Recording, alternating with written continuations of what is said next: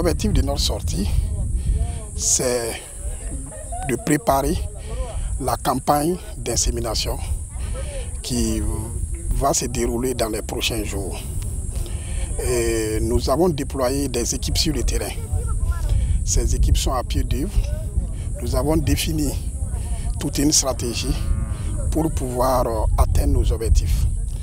Donc nous sortons pour voir comment notre stratégie se comporte sur le terrain et quels sont les points de succès, quelles sont les insuffisances, afin de les corriger au moment où nous allons lancer véritablement la campagne.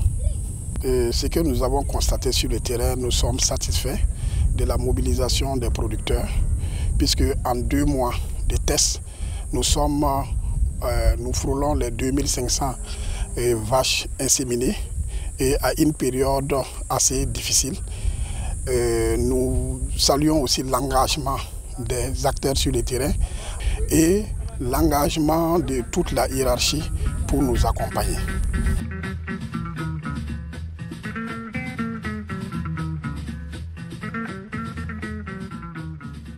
Pour cette année 2025, l'objectif est d'inséminer 15 000 vaches et 2 000 truies. Le gouvernement a mis suffisamment de moyens pour accompagner l'insémination artificielle. Et le coût de l'insémination est ramené à 5 000 francs CFA au lieu de 30 000, 40 000 auparavant.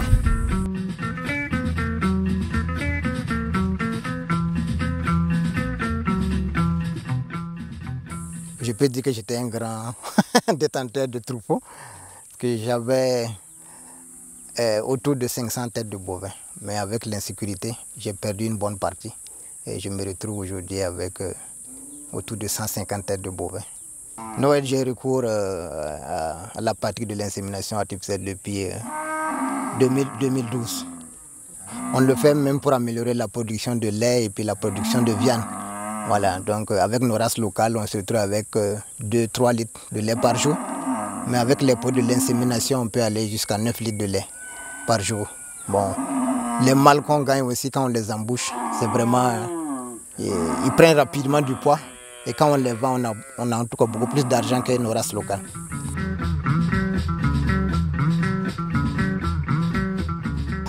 Avant l'insémination, j'avais des vaches locales. Mais le vache local là ne peut pas produire comme le vache insémination là. Parce que le vache local, tu ne peux pas avoir plus de 3 ou 2 litres et demi par jour, voilà, par vache. Donc quand tu compares avec le vache local là, voilà, tu vois que l'écart est loin, c'est pas la même chose. Mais depuis que je suis rentré dans l'insémination, vraiment, en tout cas, ça produit beaucoup parce que il y a des vaches qui font 20-25 litres par jour. Comme le gouvernement aussi, ils ont lancé l'insémination en subvention à 5 000 là. Donc j'invite tout le monde d'essayer de faire ça, vraiment. Si les gens peuvent améliorer, ils n'ont qu'à essayer de voir, ils vont voir les bénéfices.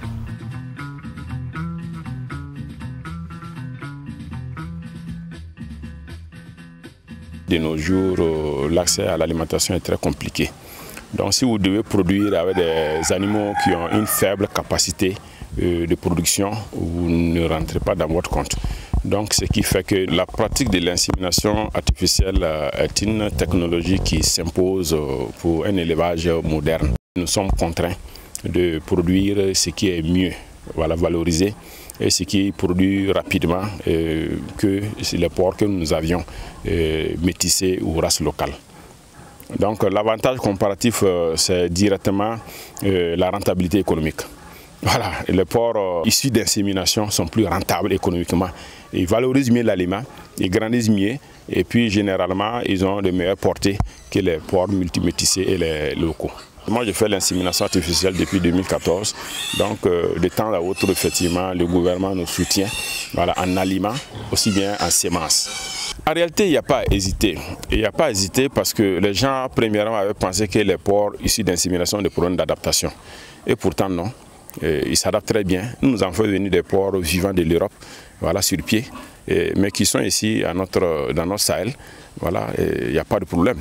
Donc nous demandons à ceux qui hésitent encore de faire la comparaison entre les porcs locaux et les porcs de type moderne, parce que l'élevage en claustration ne peut être valorisé, en tout cas ne peut être rentable que si c'est des animaux de race améliorée.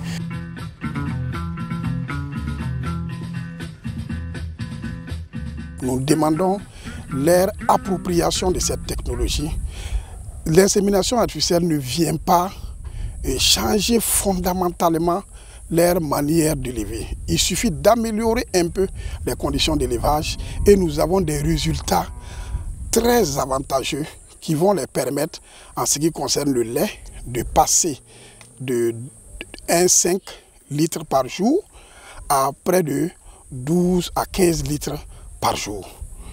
Au niveau de la viande, nous pouvons avoir des taureaux qui vont nous donner 600 kg, 700 kg autour de 2 ans. Donc vraiment, c'est un peu intéressant. Et vu notre contexte où nous sommes dans la dynamique de la souveraineté alimentaire, il nous faut aller vers des productions plus efficaces, plus compétitives. C'est ce qui va nous permettre vraiment d'assurer notre souveraineté alimentaire.